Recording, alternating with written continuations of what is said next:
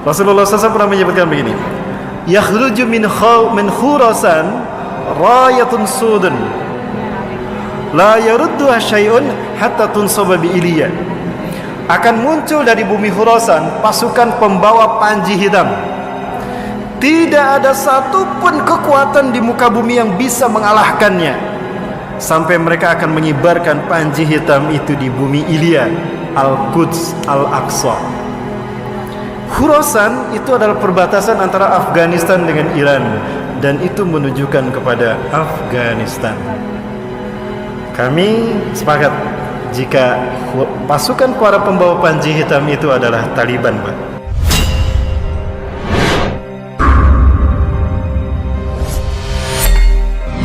Rasulullah SAW pernah menyebutkan begini, yakhruju min Khurasan rayatun sudun la yarudduha syai'un hatta tunsaba bi Iliya.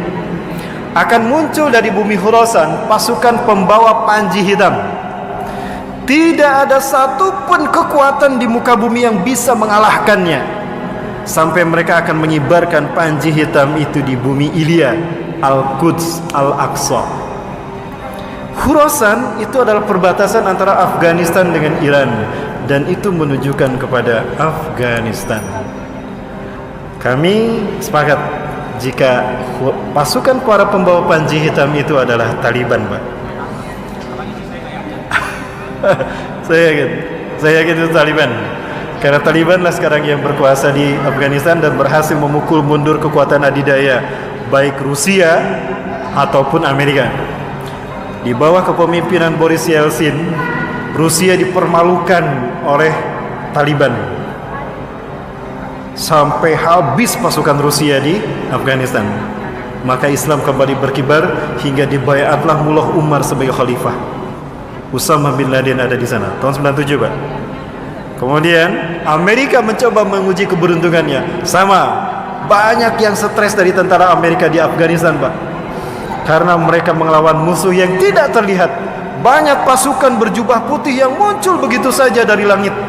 Mereka tidak tahu siapa. Sementara pasukan mujahidin tidak menyaksikannya, tapi pasukan Amerika menyaksikannya. Dan banyak bom-bom yang meledak, tapi tidak diledakkan oleh kaum muslimin. Ketika perang dihentikan karena azan, tapi terdengar suara ledakan di mana-mana. Ternyata malaikat ikut berperang. Itulah Taliban. Kenapa disebut Taliban? Taliban itu artinya santri, Pak. Dan kenapa mereka dipercaya? Karena mereka menciptakan keamanan di wilayah Afghanistan pasca rejim Hamid Karzai tumbang. Hari ini Taliban menguasai Afghanistan dan menyatakan bukan lagi Afghanistan, tapi International of Islamic Emirate Afghanistan, IIA. Ya, itu nama Afghanistan hari ini. Saya yakin Taliban itulah pasukan panji hitam. Nah, itu pasukan yang pertama dari 3 pasukan yang akan memimpin pembebasan dunia. Pasukan yang kedua adalah Ahlu Syam. Syam adalah Palestina dan Suriah. Nanti kita bahas pada maghrib. Dan pasukan yang ketiga adalah Taifah Mansurah.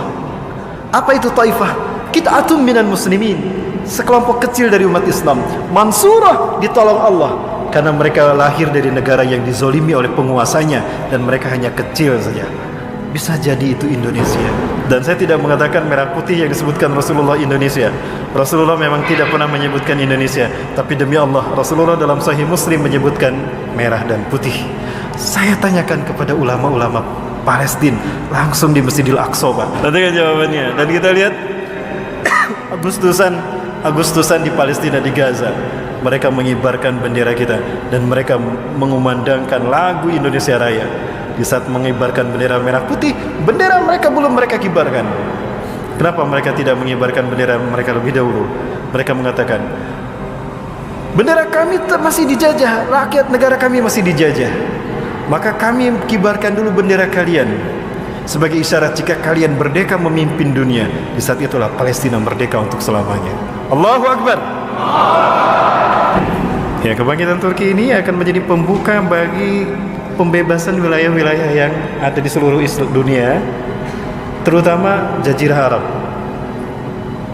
Ketika Imam Mahdi dibayat, Bapak Ibu ingat Imam Mahdi akan dibayat ketika ibadah haji hanya sedikit dilaksanakan. Aneh sekali, padahal di saat Imam Mahdi muncul, kalau di akhir zaman, berarti umat Islam mayoritas. Tapi kenapa hanya sedikit mereka yang beribadah haji dan umrah? Nah, bisa jadi karena pandemi. Sedikit kan yang beribadah haji. Kemudian, Imam Mahdi akan dibayat setelah matinya seorang raja, lalu diikuti oleh pertarungan 3 putra mahkotanya berebut kekuasaan. Baik, saya sebutkan beberapa 2 hadisnya. Yang pertama, yaqtatilu salasatun 'inda kanzikum. Akan berperang 3 orang laki-laki di sisi Ka'bah kalian.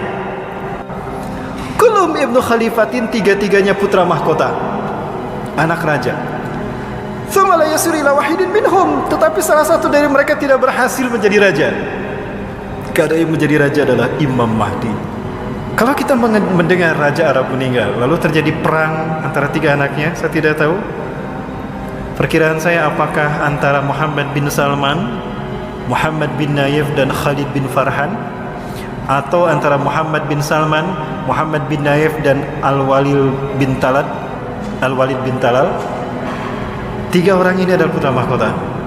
Dan Raja Salman sudah diberitakan sakit-sakitan, ada isu meninggal dunia. Apakah ini isyarat Imam Mahdi akan segera dibayat di musim haji? Wallahu a'lam bishawab. Yang saya tahu, beliau dibayat pasca ibadah haji. Dan hanya sedikit yang berbayat. Dan ketika beliau berbayat, apa yang akan terjadi? Rasulullah menyatakan perang akan terjadi karena akan ada pasukan yang memerangi Imam Mahdi. Di satu kali Imam Mahdi menyelamatkan diri. Dan perang pertama bukan melawan Cina, bukan melawan Amerika, bukan melawan Israel, tapi perang melawan Jazirah Arab. Innakum satagzuna jaziratal Arab wa yaftahuha Allah. Sungguh kalian akan memerangi Jazirah Arab dan Allah akan memenangkannya untuk kalian. Summa tagzunal faras wa yaftahuha Allah. Lalu kalian akan memerangi Persia dan Allah akan memenangkannya untuk kalian. Summa tagzunar Rum wa yaftahuha Allah. Lalu kalian akan memerangi Rum, Eropa, dan Allah akan memenangkannya untuk kalian. Summa tagzunad Dajjal wa yaftahuha Allah. Lalu kalian akan memerangi Dajjal dan Allah akan memenangkannya untuk kalian. Kenapa Jazirah Arab diperangi lebih dulu? Karena Jazirah Arab dipimpin saat itu oleh orang-orang munafik. Termasuk wilayah Teluk itu dipimpin orang-orang munafik. Maka beberapa negara di Teluk ini akan menjadi titik yang akan memberikan suntikan kekuatan umat Islam di bawah kepemimpinan Imam Mahdi. Sebut saja Qatar. Qatar adalah satu negara di Arab yang memberikan suplai besar kepada para mujahidin, termasuk Al-Qaeda. Kalau Inggris menjadi suaka politik bagi pemimpin yang memerangi Islam dan aliran sesat, maka Qatar adalah suaka politik bagi pejuang-pejuang Islam di seluruh dunia hari ini. Maka tidak menutup kemungkinan Bani Tamim akan muncul dari Qatar. Pemuda Bani Tamim akan muncul dari Qatar. Itu sempat ada pembahasan seperti itu kan. Artinya negara-negara Teluk ini akan menjadi pemicu kebangkitan wilayah Arab dan akan menjadi suntikan kekuatan bagi terciptanya kekuatan politik bagi Imam Mahdi. Siapa itu tadi? 3 pasukannya. Ashabul Ratisud, kemungkinan Taliban, Ahlu Syam, Palestina dan Suriah, Taifah Mansurah, Asia Tenggara. Dan itu dipimpin Indonesia.